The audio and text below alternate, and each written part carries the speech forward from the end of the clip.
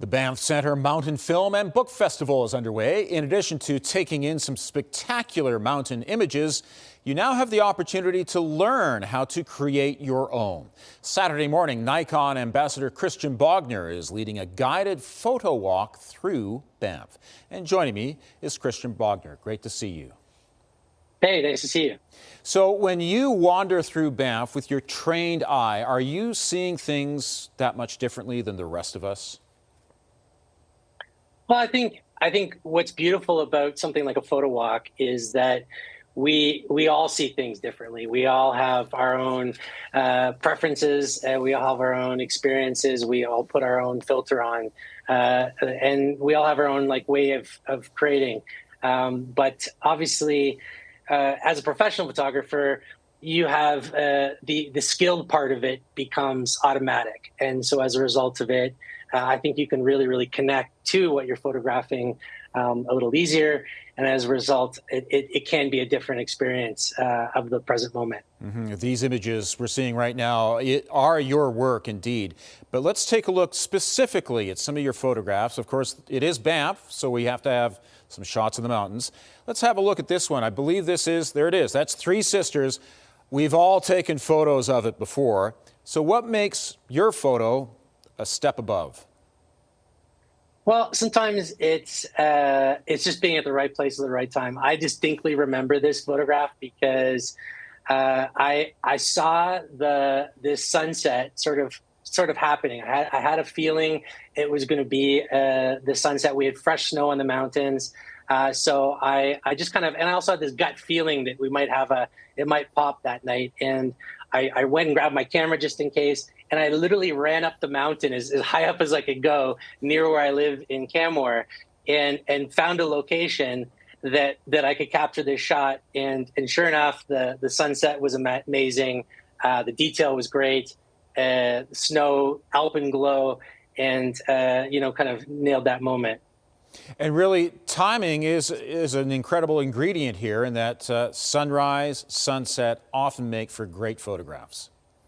It really does, yeah, because the light is lower. Often we get something really special out here, which is the alpenglow, which makes those mountains kind of red, and it just adds this color contrast and color dynamic to the photographs. Okay, people love to take wildlife photos as well. Let's take a look at one of those that you captured quite some time ago. Now, there's the thing. There's an animal in action. How do you do that? Well, to capture anything in action, whether it's a pro athlete, skiing down Lake Louise at the World Cup, or an osprey catching or going to catch to fish, you want to really freeze the action by increasing your shutter speed. So, at least a 2,000th of a second is a great starting point. This picture of the osprey, because you can see literally all the little water drops frozen in time, I was probably shooting at a 4,000th or a 5,000th of a second speed. And Wow. That's what really freezes that action. You need some special equipment for that, though, right? Yeah, I mean, it helps to have a pro camera or a faster camera that's able to focus really quickly, or a good lens or a long lens in the case of wildlife. Wildlife can be tricky because in order to photograph it and not disturb it, having a big long lens is really important. And I've got an 800 millimeter lens, which is about as big as it gets, and I've got a couple other big pro lenses like that, which are about this big, which help you get closer to the action. But there are lots of lenses that you can get if you're not a pro and still get really close, but you want something that can focus pretty quick. Okay, let's take a look at another mountain scene, a very famous view, actually. Here's Moraine Lake. It's been photographed, it must be millions of times now. Okay, tell us about how you captured that. Yeah, well, Moraine Lake, it is. I mean, it's the jewel of the Rockies. It used to be on the back of a $20 bill, right? And it is so well photographed. Capturing it in the morning, this was early morning. Capturing it when when the water is like glass. So that's, I think, when you're trying to get a reflection. Sometimes that's a bit of luck that there's no wind whatsoever, and also just capturing it where you've got some beautiful, beautiful light coming in, the early morning light, just letting it from, again, from that really low angle. And the rest, I think, is up to the scene. It's just such a beautiful place. It's hard not to take an amazing picture at Moraine Lake. I'm sure a lot of people will ask you, can I take photos that good using my phone? Well, that is a very common question. It's and good, of course, is in the mind's eye, but I think in general, having a DSLR at least set up with better lenses is going to get you a better photograph. Just because a phone doesn't have as long of a lens and the quality of the lens and the quality of the glass. That said, if a phone is all you've got, then that's not a bad option. And certainly the phones are getting better and better all the time. They're quite incredible, and they're allowing people to get more into photography, which is exciting and fun. And whether they want to stick with their phone or they want to like practice or learn or even become a semi-professional or professional in photography, it opens the door for them to ignite their passion for photography, which is a good thing. Absolutely. Let's take a look at another photo that was not done with an iPhone. We're going back to wildlife once again. Speaking of timing, this is in the fall, and I assume that really added to the photograph, right?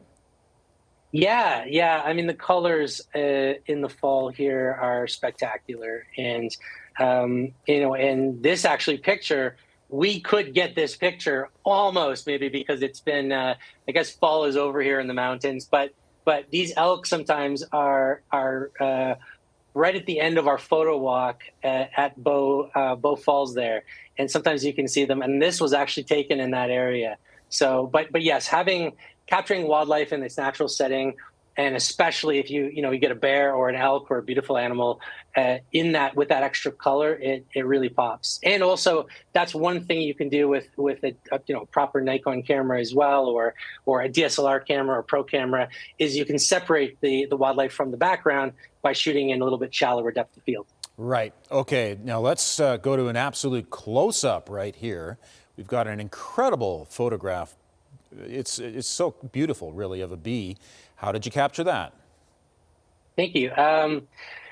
Yeah, one of the things that I just love to do is go out with a different lens sometimes that I would normally shoot with. And when you put a macro lens on your camera, it completely changes your perspective. And if you even force yourself to say go on a hike and just take your macro lens, or if you don't have a macro lens, get some cheap extension tubes that you can put on your regular lens, which allows you to focus closer to the subject, and then just go play with it and experience the world in macro, and it'll completely change it'll change the way you look at the moment. So with your photo walk on Saturday morning, what can people expect? Yeah, well, we're going to start up at the just right up at the Banff Center, and we're gonna do a little talk there, and then we're gonna walk down. I've got some different locations, and we're gonna walk down along the river, and then to Bow Falls, and we're gonna have a few different photo stops where we're gonna catch up to each other. I'm gonna give talks. We're gonna show some different angles and opportunities. I'll be open to asking or answering questions throughout the talk. And then when we're down at Bow Falls, we'll have some fun down there. I think we're going to have some hot chocolate and coffee and hang out as a group of photographers and just learn, have fun, play, and see the world through our different perspectives together. Mm-hmm. You absolutely, it's clear that you love what you do for a living, and I understand you are a third-generation photographer.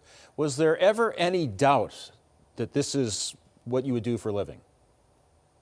I don't think there really was. I literally grew up in it. I was a keener photographing weddings, and I was like 8 years old. And I started my company in photography when I was 16, and I've never looked back. So it's been my only job, my only passion throughout life, and I feel very, very grateful for that. And I do love it. I love it every day, and I love the ability to go out and photograph and even now film so many different things and switch gears and learn and expand, and always just sort of growing in photography and now filmmaking as well, which is just an extension of all of that.